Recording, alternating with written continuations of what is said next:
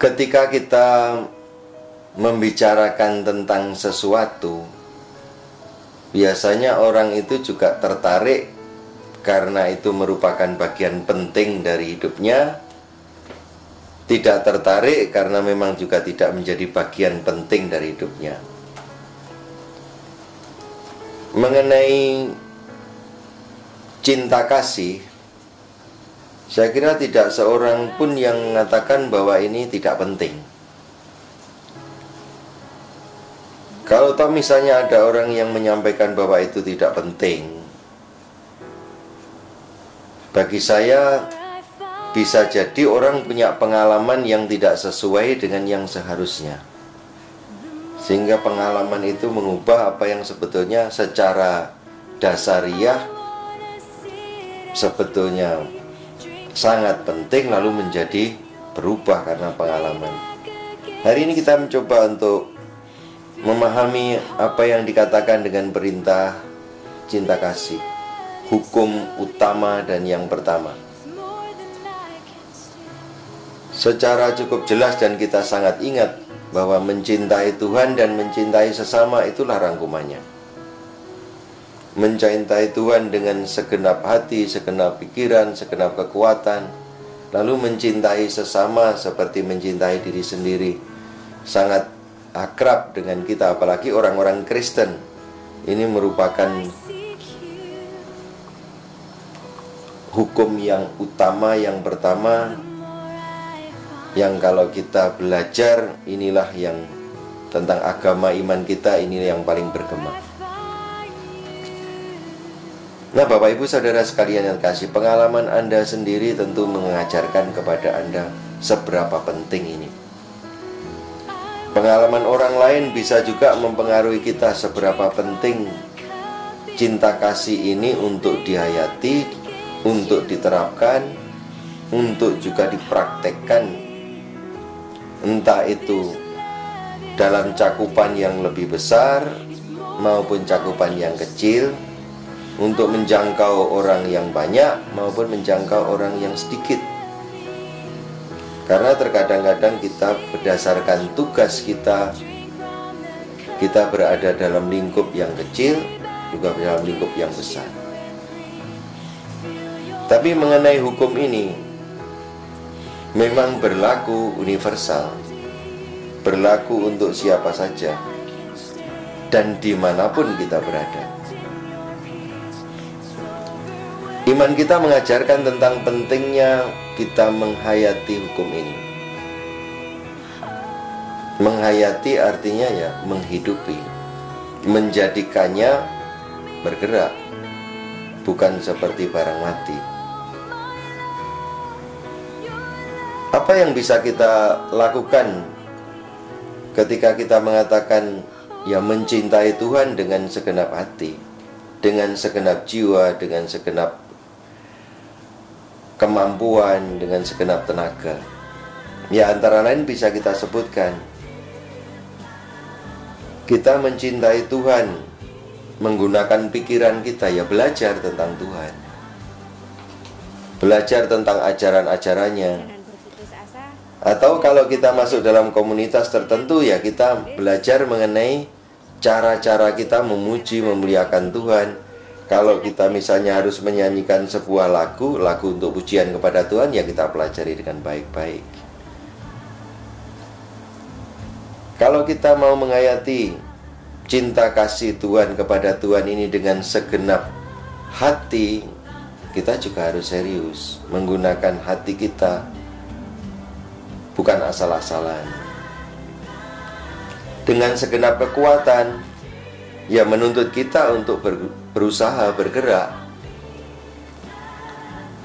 Misalnya kita harus datang ke tempat di mana kita harus beribadat, lalu tempat yang kita mau tuju itu jauh.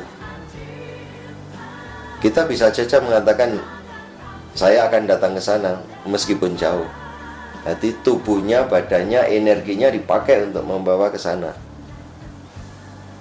Kalau tidak begitu, nanti akan menuruti, karena jauh ya saya tidak usah. Lalu badannya tidak diajak untuk berjuang, tenaganya tidak diforsir untuk ke situ.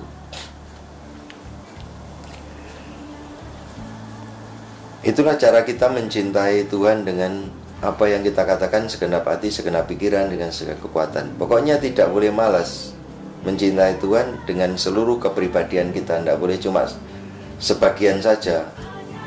Kalau ada orang yang berpikiran mencintai Tuhan ini cukup dengan pikiran, itu hanya sebagian dari kemanusiaan yang ada dalam diri kita.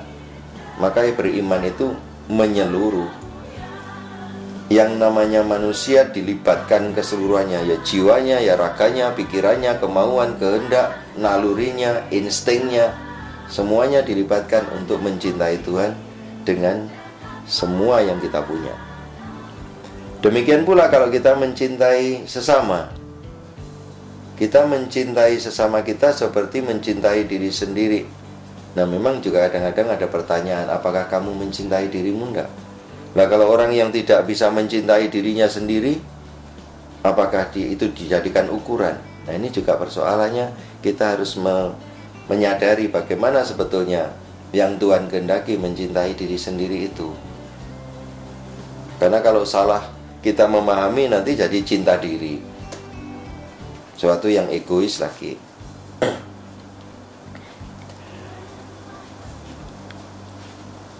Kehendak Tuhan bahwa kita ini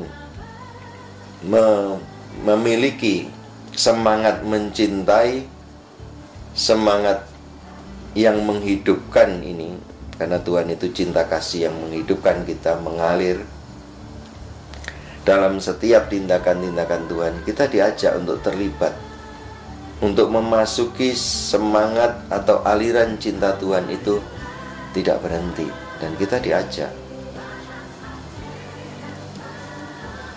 Kalau kita mengatakan sesama, sebetulnya bagi saya bukan hanya sesama manusia, ya seluruh ciptaan ini perlu kita cintai. Karena kita berada di alam semesta ciptaan Tuhan.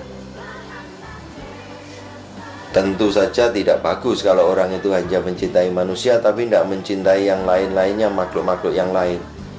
Harus tetap juga memperlakukan dengan baik binatang-binatang. Kita juga harus bijak memperlakukan semesta alam termasuk tumbuh-tumbuhan. Bagaimana kita menghormati, menghargai, memperlakukan dengan bijak tanah kita. Kita menghargai yang namanya juga oksigen dan lain sebagainya.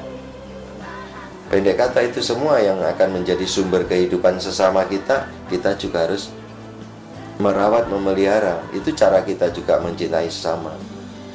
Tidak mungkin orang itu yang sembrono hidupnya di dunia, mencemarkan sana sini, air dicemarkan, dirusak alam, lalu bisa mengatakan, "Loh, aku mencintai sesama." Itu tidak bisa. Itu hanya khayalannya dia saja, hanya pendapatnya dia saja yang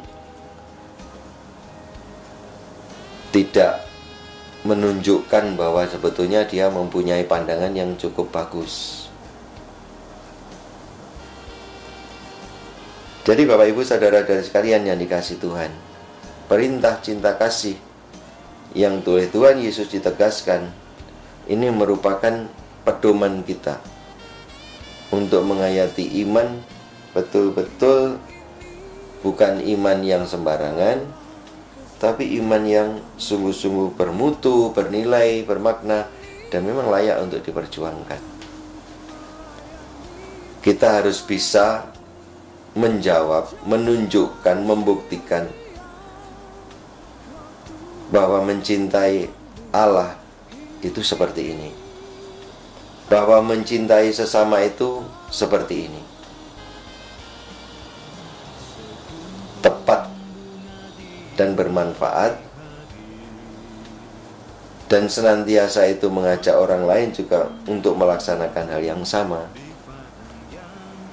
Nah, semoga ajaran tentang cinta kasih ini terus bergema dalam diri kita, terus menerus memotivasi kita untuk mengusahakan yang terbaik, seimbang antara memikirkan mencintai Tuhan yang sesungguhnya dikehendaki oleh Tuhan, dan mencintai sesama, mencintai makhluk-makhluk yang lain ini juga sebagaimana yang Tuhan kehendaki. Kita harus ingat bahwa ketika dunia dan semesta ini diciptakan, itu baik adanya. Dan kalau kita menemukan apa yang kurang baik, apa yang tidak lagi seperti yang dulu ketika Tuhan menciptakan, itu karena kelemahan-kelemahan manusia. Tuhan tetap baik dan kita diajak untuk terus-menerus mempertahankan, bahkan apa yang dikatakan sejak awal penciptaan baik adanya itu terus-menerus menjadi baik. Kita diajak, diundang untuk terlibat di sana. Amin.